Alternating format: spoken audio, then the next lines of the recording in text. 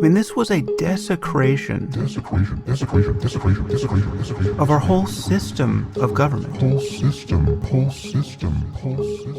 A freedom fighter named Patrick Moroni fought for his freedom against the kingmen. He was the part of the freeman movement. Patrick Moroni. Just take a moment to view this travesty through the eyes of Xi Jinping, or Vladimir Putin, or any other dictator on earth who has a real interest in proving that democracy just doesn't work.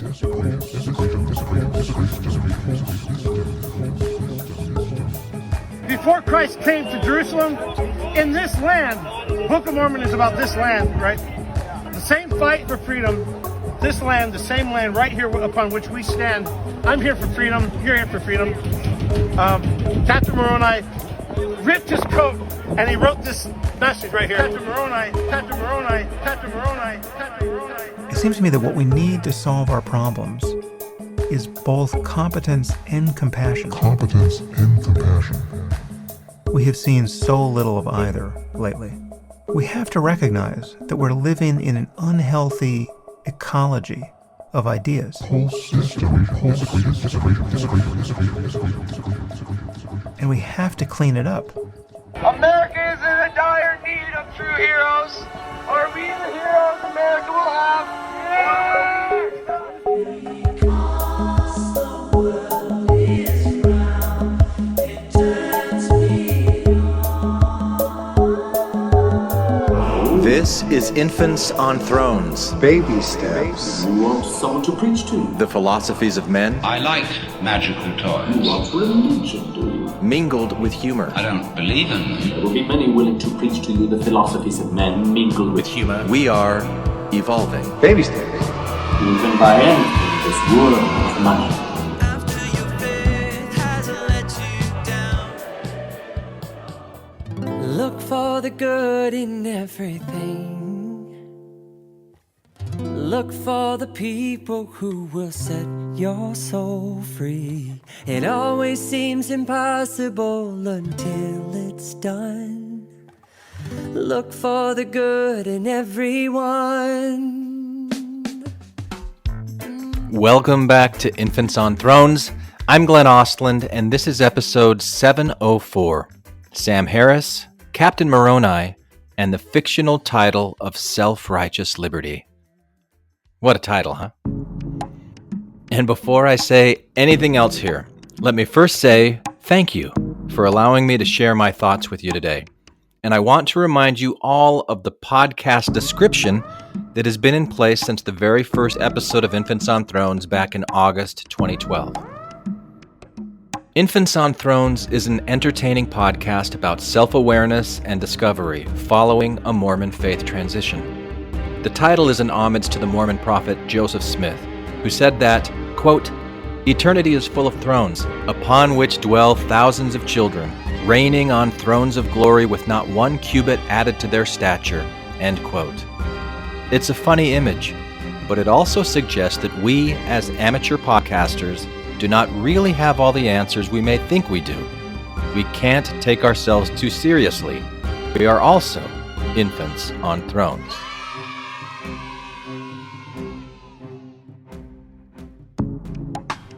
Now, 8.5 years later, I still stand by that podcast description. So thank you once again for tuning in and allowing me to share my thoughts on self-awareness and self-discovery with you. If it ever sounds like I'm taking myself too seriously, or that I'm preaching anything to you in this episode, please forgive me. I'm trying to figure this stuff out just like everyone else. And I've realized more and more lately that the stories that I usually tell myself about what's really going on in the world has much more to do with me and my thoughts and feelings about my own particular set of experiences throughout my life than it does anything that is really truly going on in the world. In other words, I have a mind full of fictions that color my perception of reality. And that's actually what I want to talk to you about today.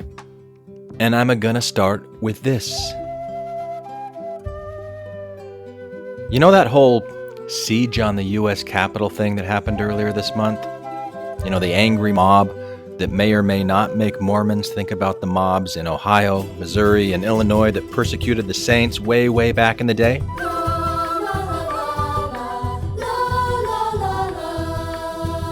Well, did you know that Captain Moroni was actually part of that siege? I'm Captain Moroni. I'm the William Wallace of the Book of Mormon. It's true.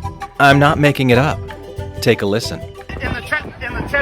In the Book of Alma, in the Book of Mormon, a freedom fighter named Captain Moroni fought for his freedom against the Kingmen. He was part of the Freeman movement. Yeah, that's right. In the Book of Mormon, a freedom fighter named Captain Moroni fought against the Kingmen. You know, the ones who wanted a king instead of a democratically elected judge because the election was stolen by the Gadianton robbers, and God wanted the people to have a king who stayed in office even after he was voted out, fraudulently, of course, or something like that, right? Wait a minute. Chapter 32, Captain Moroni and the Title of Liberty. A wicked man named Joe Biden wanted to be king over the Nephites. / Americans Many Nephites / Americans, had left the church to follow him. which is how you know he was bad, because they left the church. If Joe Biden became king, he would try to destroy the Church of God and take away the people's liberty. When Captain Moroni, the leader of the Nephite armies, heard of Joe Biden his plan to be king, he became angry. Moroni tore his coat to make a flag. On it, he wrote a message to remind the people to defend their religion, freedom, and peace. Moroni put the flag on a pole and called it the Title of Liberty. Then, dressed in his armor, he knelt to pray. He asked God to protect those who believed in Jesus Christ and prayed for freedom in the land, calling it a land of liberty. peace and happiness, where I can jump tall buildings in a single bound. Moroni went among the people. Waving the Title of Liberty, he called them to come and help protect their freedom. I'm Captain Moroni. A freedom fighter named Captain Moroni fought for his freedom against the Kingmen. He was part of the Freeman movement. And around, I like to say 76 BC, because 76 sounds it is so popular. Yeah, sure. Let's just make up the timeline on this because, 1776, the American Revolution, 76 BC, the Nephite Freeman thingy. Sure, let's roll with it. But before Christ came to Jerusalem, in this land, Book of Mormon is about this land, right? And the same fight for freedom, this land, the same land right here upon which we stand. Same fight for freedom. Same land upon which we stand. Same human biology that gives each one of us a human brain and an incredibly active, malleable mind that unknowingly uses things like confirmation bias to confirm our beliefs and blind us to disconfirming evidence, and allows so many of us to create so many different perceptions of reality to the point where each and every one of us is essentially living in a fictional world of our own creation. The Native American Indians, they have Jewish DNA descent. I can tell you about, you can Google that. The Algonquin Indians have Jewish DNA, huh? Okay, I think I will Google that. Because we all want to find evidence for our truth claims, right? What good is a truth that isn't true? The Algonquin Indians have Native American, Jewish descent in their DNA. There's evidence of the Book of Mormon. I don't want to get too much into that. I'm here for freedom. You're here for freedom. Captain Moroni ripped his coat and he wrote this message right here. And if I could get it open. Okay. It says, "You're not done." America is in a dire need of true heroes. Are we the heroes America will have? Yeah! What does it say? It says, "In memory of our God and our religion and our freedom and our peace, our wives and our children." And it was called the Title of Liberty, and he held it up high when he fought against the Kingmen. And they slayed the king. Babylon was going to destroy Jerusalem. The prophecy, Isaiah, everybody was saying, Jerusalem's going to get destroyed. I take it back, it might not be Isaiah. So Lehi and his family, Nephi and Laman and Lemuel and Sam, came to the Americas, and about the time before Jesus came, again about 50 to 100 BC, that fight happened that I just spoke of. and I'm here to represent that, the Mormon element. Now, this guy's egoic fantasy may be easier to see than the egoic fantasy that you or I are creating in our malleable minds. But don't fool yourself into thinking that you're doing anything different than this guy's doing in your own mind. The details are likely different, but the confirmation bias filtering of reality to match our preconceived notions is mostly the same. The last part of that message was meant mainly for me. At least, that's what my imaginary inner voice inside my egoic mind is telling me. Because a lot of people are like, oh, Mitt Romney, and there's a lot of infiltrators in our nation, in our capital, in our churches. I think Mitt Romney might be one of those people that have sold out to the system. A lot of infiltrators in our nation and capital. Okay, let's pause now for a moment of zen, because wow, just wow. I was going to draw sometime when I came across the sign saying, who are you and where are you from? We don't like visitors come. Who says master said, who says one can read? No respect, yeah, my ass, wiggle on me. Okay, our LARPing Captain Moroni sure believes some pretty silly things, right? This is sort of the thing that calls for a classic infant smackdown, right? Smack, smack, smack, smack down. Smack down. Now, if you've been listening to this podcast since the beginning, you probably expect a big smackdown here, because that's what we've been doing, right? Those of us looking at different teachings of the Mormon Church and asking, wait a minute, is that true? Is there any evidence for that truth claim? How can I know if this is true or not? And then being willing to go wherever the evidence takes us.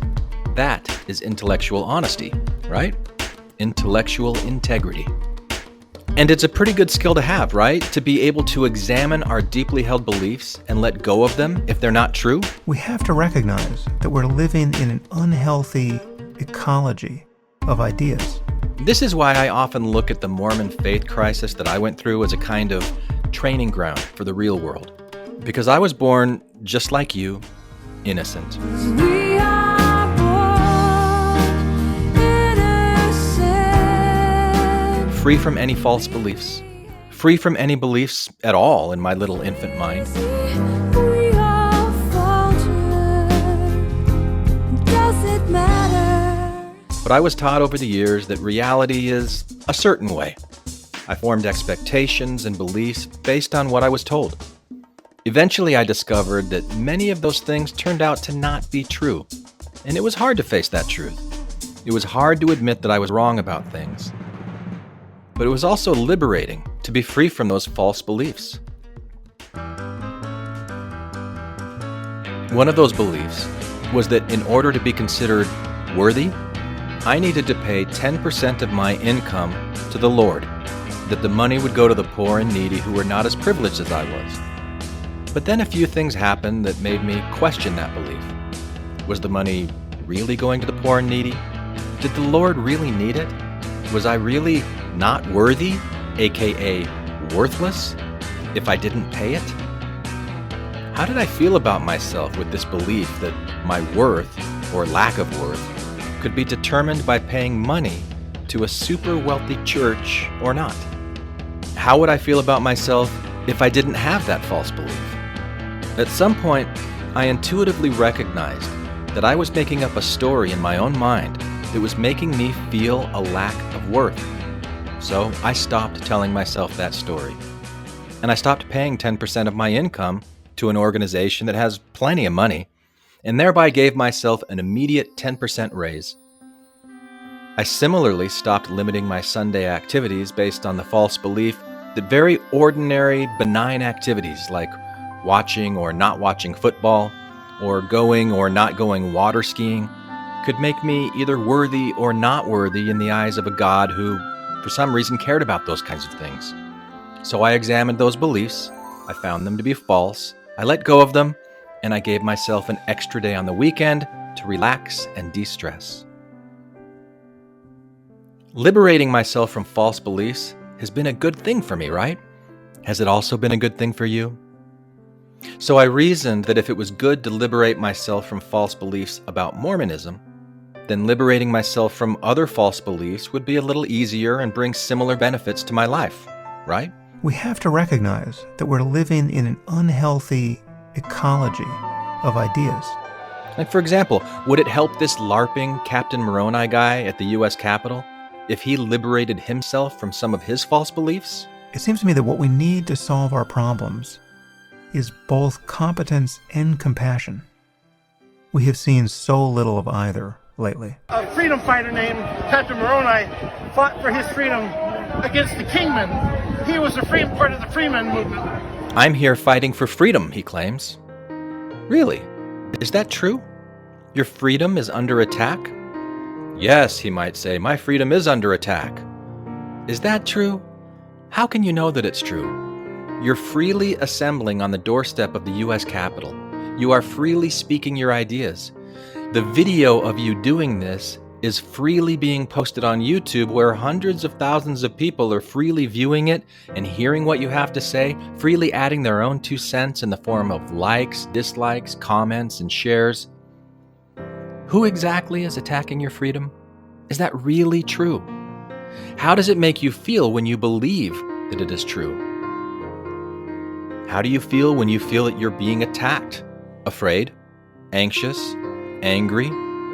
Maybe a little thrilled about being right when everyone who disagrees with you is wrong? How would your life be if you didn't have that belief? Would you be less fearful, less anxious, less angry, less self-righteous? We have to recognize that we're living in an unhealthy ecology of ideas. What is true in this situation? All right, dear listeners, are you ready for me to throw a little wrench into this now? Is it true that this LARPing Captain Moroni guy should believe anything different from what he actually believes? Should he believe the truth instead of believing these fictions? What do you think? Well, here's what I think. The truth about this situation is that he believes what he believes. That is reality. It's just what it is. Just like I believe what I believe. Just like you believe what you believe. And there are real, actual, fact-based reasons why he and you and I believe what we believe. Books that we've read, people that we've listened to, experiences we've had, thoughts that we think, feelings that we feel. So many things that go into bringing each of us to wherever it is that we are right here, right now. It seems to me that what we need to solve our problems is both competence and compassion. That's just the way that things really, actually are. Should they be different than how they are? If they were different, then they wouldn't be what they are. So is should an accurate snapshot of reality, of truth? Or is should an expression of what we think reality should be instead? Only in an imaginary, wouldn't it be better if things were different than they actually are kind of way is it true that anything should be different than it is. What do you think about that? Look at it this way. Once upon a time, I held very similar beliefs to this LARPing Captain Moroni guy, and you probably did too. Maybe that was just a year ago, or 5 years ago, or 10 years ago. But just like in the case of paying tithing or keeping the Sabbath day holy or any of the many other things that you may have once believed until you didn't, something happened. Something happened to make us question those beliefs. Whatever that was, should we have questioned our beliefs before that thing happened? Could we have? If so, why didn't we? And honestly, how could we do that before we had any good reason to? It seems to me that what we need to solve our problems is both competence and compassion. Maybe you think that you should have seen things differently sooner. In an imaginary, wouldn't it have been better if things had happened differently than they did kind of way. But in the world of reality, in the world of facts about what actually happened and why it actually happened, it isn't very reasonable or intellectually honest to deny the reality of what actually exists in favor of a fiction that things should have been different than how they really were, or that they should now be different than how they really are. Thinking that we should do something different in the future is a completely different thing. I'm just talking about what really is right now and what really was in the past. So if you, like me, are holding on to any false beliefs that you think you should have seen the truth before you actually did, I hereby give you logical, reasonable, non-woo-woo reasons to let go of that belief and accept yourself for who you are. And I give the same permission to our friendly, LARPing Captain Moroni. Captain Moroni, Captain Moroni, Captain Moroni. Is it safe to say that he believes he is fighting for his freedom? That he feels that his freedom is being taken away? That his side is the good side and that the other side is the bad side? That he is righteous and the other side is wicked? Would it be inaccurate to say that he's feeling somewhat self-righteous? Yeah, self-righteous. You remember what that feeling's like, don't you? You know the truth and other people don't. Your knowledge of the truth gives you a leg up against the rest of the world. Remember that? I sure do. And if I'm being totally honest with myself, I don't have to go too far back in my mind to find a time when I was feeling pretty smug and self-righteous. Captain Moroni, Captain Moroni, Captain Moroni, Captain Moroni. Seeing this guy dressed up like Captain Moroni, for example, spouting nonsense about kingmen and freemen in 76 BC, well, that made me feel like I'm right and he's wrong. That's self-righteousness in my own mind, isn't it? Now, I saw this video on Facebook. It had hundreds of shares and hundreds of comments, and one of these comments said, "How can any true believing Mormon look at him and not be embarrassed for themselves for believing this shit? His only true crime is openly saying he believes it." All right, is that true? Should true believing Mormons feel ashamed by association? They clearly don't, so that isn't a statement based on reality. It's a wish for reality to be different, right? Besides, is it really that easy for anyone to look at their own beliefs and sort out the true ones from the false ones? How did you do it before you actually did it? Are you still doing it? Are you still interested in doing it? Are you committed to doing it, to getting rid of your false beliefs? And is it really a crime for this LARPing Captain Moroni guy to openly say he believes what he truly actually believes? Is that true? Is it really a crime? We have to recognize that we're living in an unhealthy ecology of ideas. Okay, maybe calling it a crime is just exaggerating to make a point. He didn't really mean crime, he just meant that this guy should know better. Is it really true that he should know better? That he should be anything other than what he is? He is how he is based on everything he has really, truly, actually ever experienced, just like me, just like you. What mechanism do you propose to change reality to match this wishful, magical thinking that he should be different than what he is? That just isn't true. It isn't reality. It's a wish, a hope, and a judgment. And it's more than just a little self-righteous. Now, I think of self-righteousness as a kind of cancer of the mind. Unhealthy ecology of ideas. It's a cancer that I discovered in myself a long time ago. I don't remember when I first became aware of my own self-righteousness, but there are a few stories that come to mind. One, I was 19 years old. I had just finished 8 weeks of intense language and missionary training in the MTC, the Missionary Training Center, and I was sitting on an airplane, flying from Salt Lake to Los Angeles en route to Japan. I was sitting across the aisle from Elder Shepherd, who I didn't really like very much. He had been our district leader in the MTC, and I think that little power trip went directly to his head. He chastised me for so many ticky-tacky things. I mean, literally. Once on a fast Sunday, he actually chastised me for eating a Tic Tac, telling me that my transgression had disqualified the entire district's fasting efforts. And that's just one example. He told us that since we were only allowed to write home one day a week on P-Day, that we should only read letters from home once a week on P-Day as well. He starched all of his white shirts. He starched and ironed his socks. Yeah, he was one of those guys. Stephen Erastus Knudsen III was based on guys like Elder Shepherd. So anyway, I was sitting across the aisle from him on this airplane heading to Los Angeles, and he was sitting next to a dark-skinned woman who was a minister from the Southern Baptist Church. And he decided to try to convert her right there on the plane. I listened in horror and shame as he told her that blacks used to not be able to have the priesthood, but now they could. Isn't that great? And I wanted to just smack him when she asked him why there were no female missionaries traveling with us. And he said, "Oh, there are," he said proudly, and pointed to the two sisters sitting a few rows behind him. "Girls can be missionaries too," he told her, "but they go when they're 21 instead of 19, because the Lord would rather they got married and start having babies." I couldn't believe he had said that. I couldn't believe he thought that was a selling point. He should have thought things through a little better, I thought. I would have done it so much better, I reasoned. At least, that's how I saw myself in relation to him. He was messed up. I wasn't.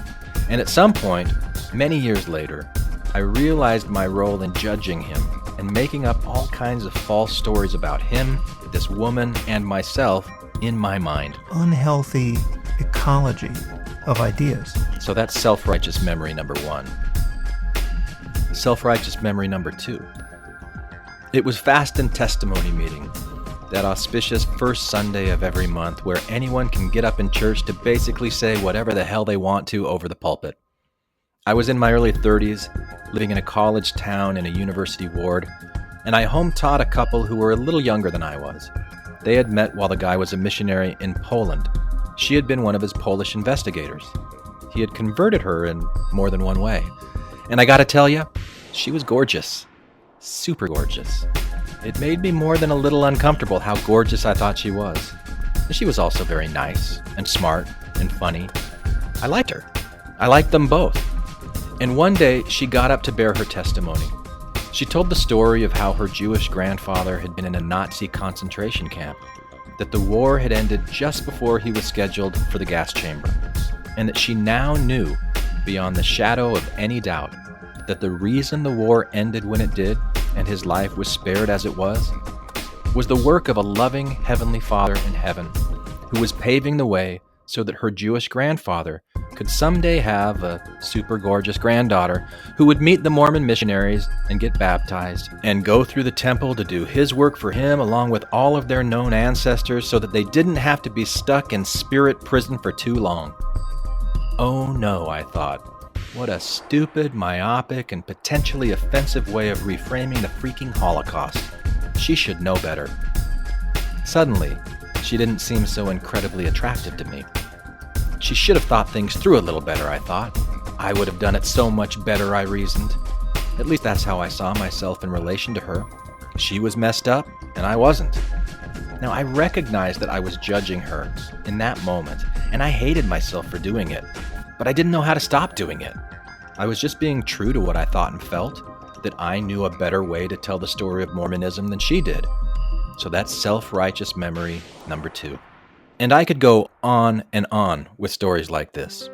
Self-righteousness is one of the main reasons that I left the church. I didn't want to be the way that I was, and I blamed the church for it for the longest time, and maybe a little bit I still do. A church that teaches that we're right and everybody else is wrong. I wanted to distance myself from that. But it wasn't really just the church, was it? It was also me. It was the way I responded to the environment that I was in.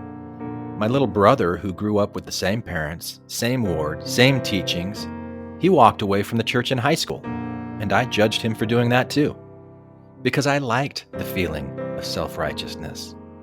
Self-righteousness was how I covered up my many insecurities. Self-righteousness made me feel like it was okay to constantly judge other people, seeing flaws in them and believing that those flaws were actually theirs instead of mine.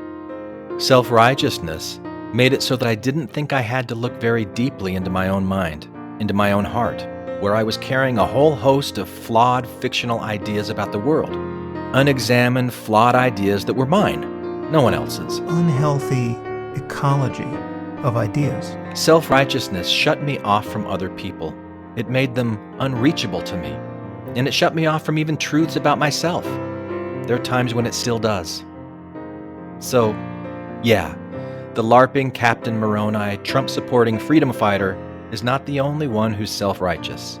In fact, I doubt I would know how to see it in him if I didn't have that deep inside myself as well.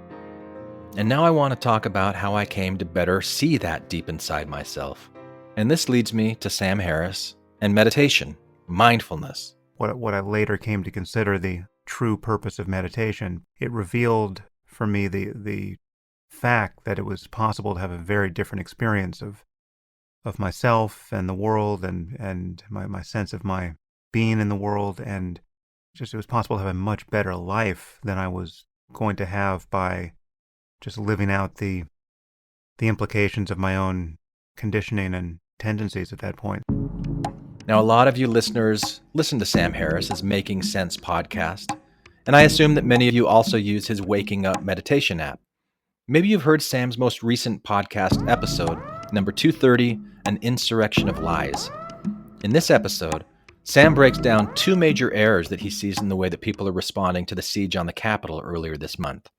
He sees the conservative side as downplaying the event, comparing it to the Black Lives Matter protest this summer, and he spends quite a bit of time showing why that view is wrong. He also sees the liberals as blaming the siege on a misguided woke idea that racism is somehow at the core of the siege on the Capitol, and he spends some time showing why that view is wrong. Of course, he frequently gets criticized by many people on both the right and the left, and in the middle of the episode, after pointing out the absurdity of a false belief held in the minds of a delusional mob who invaded the Capitol, he goes on a really brilliant tirade about meditation and the value that it should and should not play in real-world issues like the siege on the Capitol. And if you really want to have some fun with this one, count the number of shoulds that Sam uses in this next excerpt. There will be a quiz.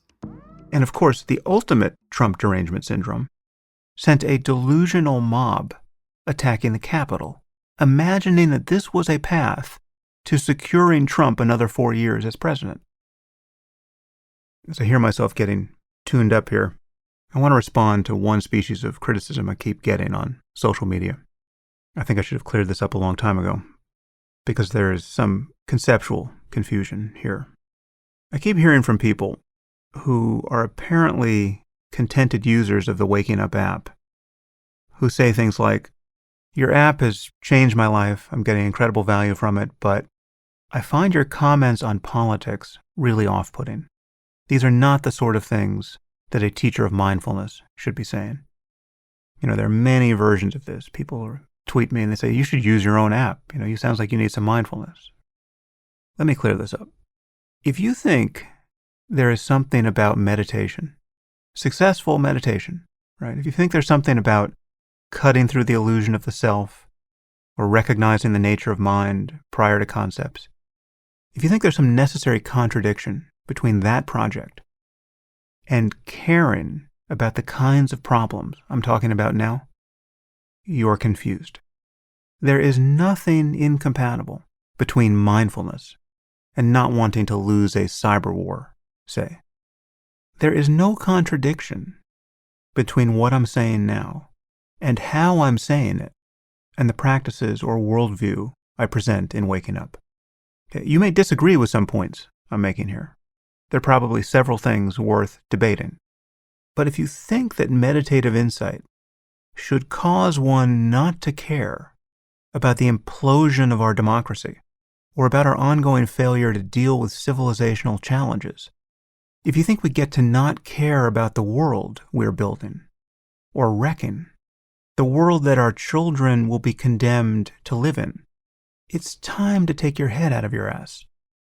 And if you think I can't say that mindfully or mean that mindfully, in this very tone of voice, if you think it's impossible for me to be mindful right now, non-dualistically mindful, right, free of self mindful, even as I tell you to take your head out of your ass, then you are confused about what mindfulness is, and about what meditation is, and about what the whole project of living an examined life is. You have mistaken a style of communication, an anodyne, religious, or New Agey communication, and a pseudo-ethic around being as inoffensive as possible for the goal of spiritual life. Yes, there are some apparent paradoxes here, but there should be no confusion. Yes, it is possible to be free and happy in almost any circumstance. Right? I believe that is true. If you put me in solitary confinement, I know that I could be happy. Given what I know about my own mind, that is true.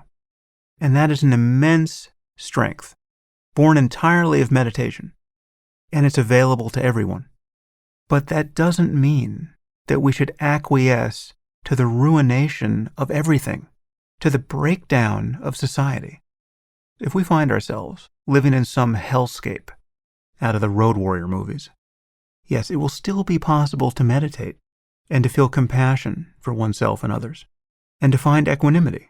That is the capacity of the human mind that will not go away. But we are right not to want to see things totally fall apart in our society. And if your practice of meditation is making you unable to take problems of civilizational importance seriously, well, then you may be managing your own stress well, but you're no good to us. What we need now are people who understand their own minds and who also understand the world. I studied with some of the greatest meditation masters who were alive at the end of the 20th century. These were extraordinary teachers, but they didn't know a damn thing about most of what I talk about on this podcast. And if they were alive today, they still wouldn't. And it is a very good thing that people like that aren't in charge of our cyber war capabilities, because then we wouldn't have any. We have to play this game on multiple levels. So it's great that many of you are getting value out of waking up. But if you don't like me in this mode, when I'm actually doing my best to respond to a real emergency in our culture, if you don't understand that we need to mount a competent response to the challenges we face on 100 fronts, you're not really getting what I'm teaching over there at Waking Up. You can't let meditation turn you into a New Age goofball who just burns incense and thinks that the universe is one big mystery and that everything happens for a reason. Sometimes things happen for bad fucking reasons, and a whole generation or generations lose the most basic capacity for order and for getting what they want in life, and lose good things they didn't need to lose.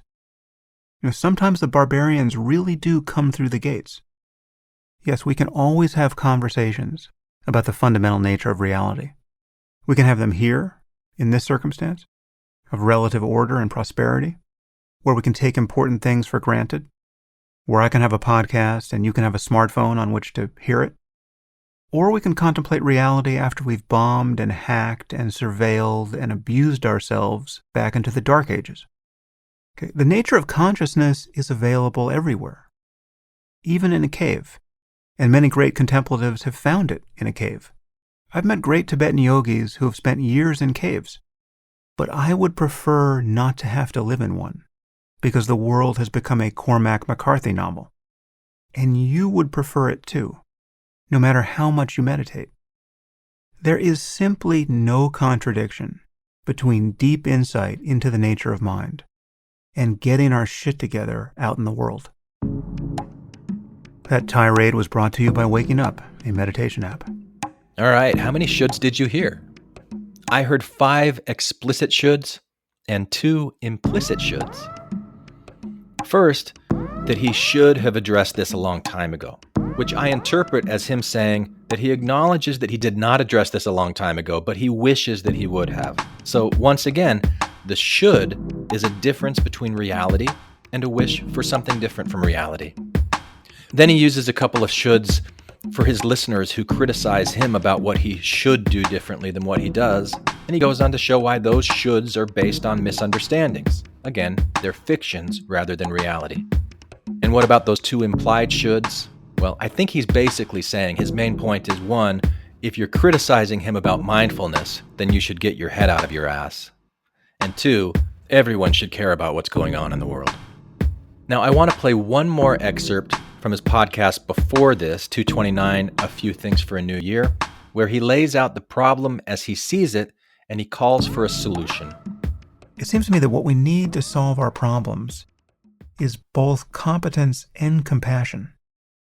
We have seen so little of either lately, and merely dunking on people on Twitter won't produce these things. Becoming a single-issue thinker won't produce these things.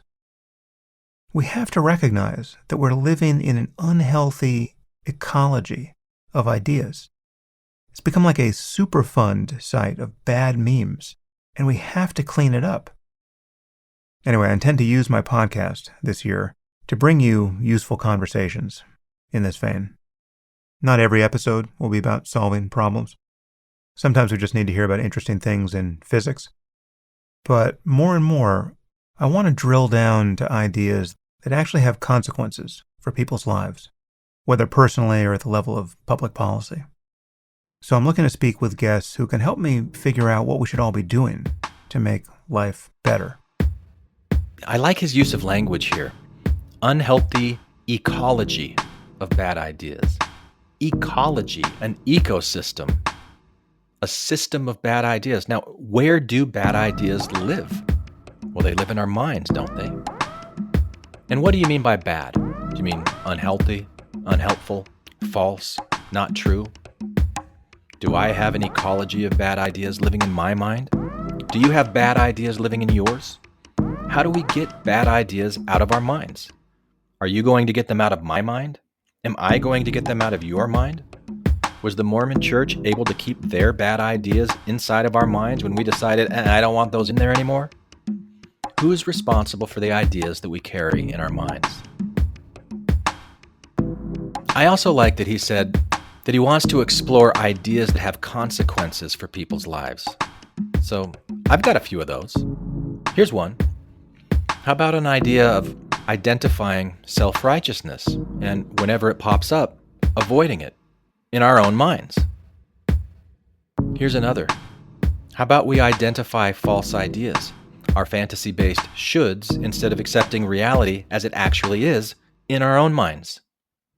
Now, I'm not suggesting that we don't put all of our efforts into improving the world that we live in so that tomorrow is better than today was. What I mean is, don't confuse shoulds for past or present realities instead of future possibilities. It's not helpful to say, I should have done this differently. What you really mean is, in the future, I'm going to do it differently. But the language that we use confuses us. Maybe? I don't know. That's my thought. What do you think? Sam says that we need people who understand their own mind and also understand the world. Now, I'm only barely beginning to understand my own mind, and the only thing I really understand about the world is that it's populated by billions of other human minds that are biologically similar to mine, but very different in experience and perceived reality. No one's mind is an identical duplicate to my mind, because no one has ever experienced, thought, or felt exactly the same set of experiences that I've experienced, thought about, or felt over the course of my life. And I certainly can't speak for anyone other than myself. I can barely speak for myself. But I feel pretty safe believing that everyone has some degree of self-righteousness that they could let go of if they wanted to, if they knew how to. Because at the end of the day, whether you support Trump or Biden, whether you're a Mormon or an ex-Mormon, whether you are in a position of privilege or not, you probably think that you're right about what you think that you're right about, and that people who disagree with you are wrong. And if you really examine those beliefs, and if you asked, are they true or not, you might find a way to not only manage your own stress levels better, but also avoid unnecessary conflict with others. Does believing that make me a New Age goofball who just burns incense and thinks that the world is one big mystery, that I'm no good to anyone? That's some pretty strong rhetoric. So in the spirit of ideas that probably deserve to be debated. You may disagree with some points I'm making here. There are probably several things worth debating. I have a few questions for Sam, based on some other strong rhetoric from his most recent episode. So in the spirit of examining my own thoughts, in the spirit of eradicating self-righteousness from my mind, in the spirit of eradicating false ideas from my mind, I may have misunderstood some of the things that Sam said. In his critique of conservatives who compare the siege on the Capitol to the Black Lives Matter rallies this past summer, he says this: They were not looting a shopping mall. They were storming the halls of Congress at the direct encouragement of the President of the United States, who had convinced them over the course of months that their democracy had literally been stolen from them, that they don't have a democracy anymore, that they don't have a country anymore, and that they must fight to get it back. He set them loose on the Capitol that very morning, saying that he would be with them. If you don't see a difference between that and a BLM protest that devolves into looting and arson, take a moment and try. There is no analogy to be drawn here. Now, is that true? Is there really no analogy to be drawn here? Because I drew an analogy immediately when I heard it. What if I said that you had a group of people who were fueled by the anger that their side was right and the other side was wrong? Which situation am I describing here? The Black Lives Matter protests or the siege on the Capitol? Can't you find a common thread there? That some sense of we are right and they are wrong is a root cause in both cases? And if every person were to express why they believe what they believe about whatever it is that they believe, both competence and compassion, wouldn't they truly be describing the truth of their own lived experience? A truth that may not be fully examined, may not be fully rid of false beliefs, but is, nevertheless, the true reason why they feel how they feel and act how they act, regardless whether anyone else thinks it should be different from what it is or not. But wait, there's more. To not acknowledge the gravity of what happened here, to not acknowledge the degree to which it disgraced our country and weakened it in the eyes of the world. Has our country really been disgraced? Is that true? Is there really no more grace to be found anywhere in this country? Has our country really been weakened in the eyes of the world? I mean, maybe it has, and I just can't see it. But I honestly don't know what that even means.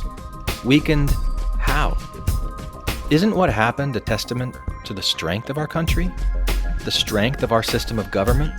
Of the checks and balances put in place that protect the rights of free speech, even of fake news, the rights of free assembly, even in a time of major pandemic?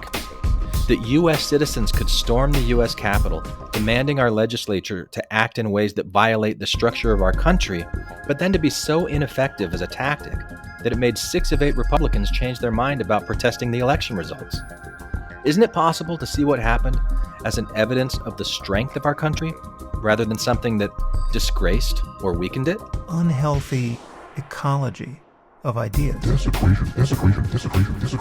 I mean, this was a desecration of our government, of our whole system of government, engineered by the president himself. A mob was set upon the Capitol by the president himself for the purpose of disrupting the certification of an election that he lost, absolutely lost, but claims to have won.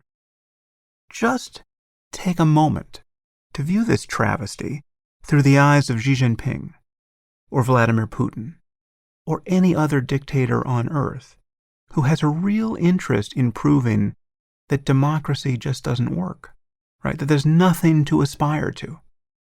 They have captive populations who they are messaging to. Now they get to tell them that democracy is bullshit, right? That having a free press is just dangerous bullshit, right? Because it drives people insane. Yeah, is this true? Do they really now get to tell their people that democracy is bullshit? Haven't they been doing that this whole time anyway? And once again, is the siege on the Capitol truly an example of democracy failing? Or is it an example of the strength and character of most people in this country and their love of democracy, their desire to keep it going, even when they're wrong about the threat of it being taken away? Take a moment to view this travesty through the eyes of Xi Jinping or Vladimir Putin. Now, this tactic kind of reminds me of when I was a kid and I was told that if I do something wrong, it's going to make the devil happy. Look at this through the eyes of Putin. You're giving him what he really wants. Really? Okay. Well, then why not tell the story that this is a strength for democracy rather than a weakness? And that's actually closer to the truth anyway, isn't it? And closer to where we want to see our country go. I am genuinely concerned that we have tens of millions of people in Trumpistan now who are, for all intents and purposes, totally unreachable. Totally unreachable.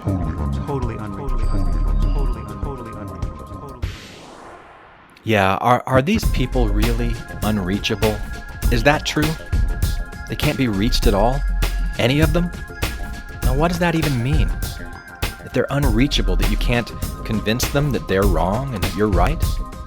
Is there no way to reach somebody by talking with them, listening to them, understanding where they're coming from, accepting the legitimacy of their concerns rather than simply thinking that they're stupid and beyond reclamation? We need to mount a competent response to the challenges we face on 100 fronts.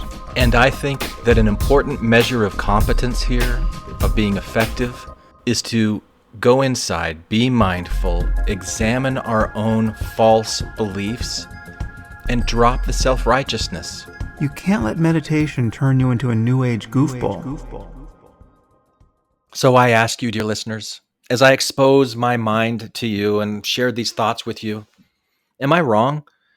Am I wrong to see that the country's overall response to the siege is an encouraging sign for where we are in our democracy rather than seeing it as an abject and untenable failure? Am I wrong to think that self-righteousness in myself is what makes other people who I judge to be stupid unreachable? Maybe I am wrong about these things, but I would like to now don my own Captain Moroni LARPing outfit for a minute and share with you my new personal title of liberty. And it goes a little something like this. In memory of our former false beliefs, our commitment to constant self-awareness, integrity, and intellectual honesty, to freedom from self-righteous untruths about myself and others, to our inner peace of mind, to accepting what truly is rather than being totally unreasonable and unreachable because reality is not the way I think it should be, and for our wives and our children and our ever-burning incense. You can't let meditation turn you into a New Age goofball. I hereby rend this fictional cloak and end this episode of Infants on Thrones in the name of LARPing Captain Moroni's everywhere. Amen.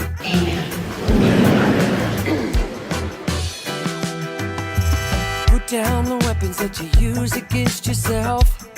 You don't need them anymore. Hey there, thanks for listening all the way to the end. Now, I really hope that you enjoyed today's episode.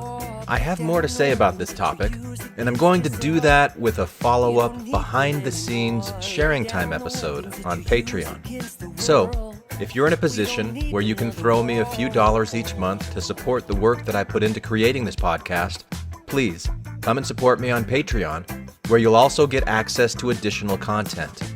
Did you know that I also create sharing time episodes that are available only to Patreon subscribers? I've been doing that for a few years, so there's a lot of content there that you can have access to. So please come and support this podcast if you can. I greatly appreciate it. Hi, this is Hillary. Matthew. Ryan. Carol. Keith. Ashley. And I like to play bingo online while listening to Infants on Thrones. You can comment on this episode on the website, infantsonthrones.com. And if you really like what you hear, give the Quorum a 5-star rating and write a short review on iTunes. I did. Anyone for the closing prayer? My worst crime is an inside job. Dark thoughts taking over like an inside mob. I tune into the scene between the eyes and take a breath. Thank you for listening to Infants on Thrones. I sit still and watch the thoughts float past me. Never mind the future, never mind what the past be. I like to jump and let the universe catch me. 3, 4, watch the beauty blow past me. I keep my pockets light, destination in sight. Keep my actions elevated to compassionate heights. I'm walking past the fight, laying down on Sunday night. Choosing love when I pick up this mic.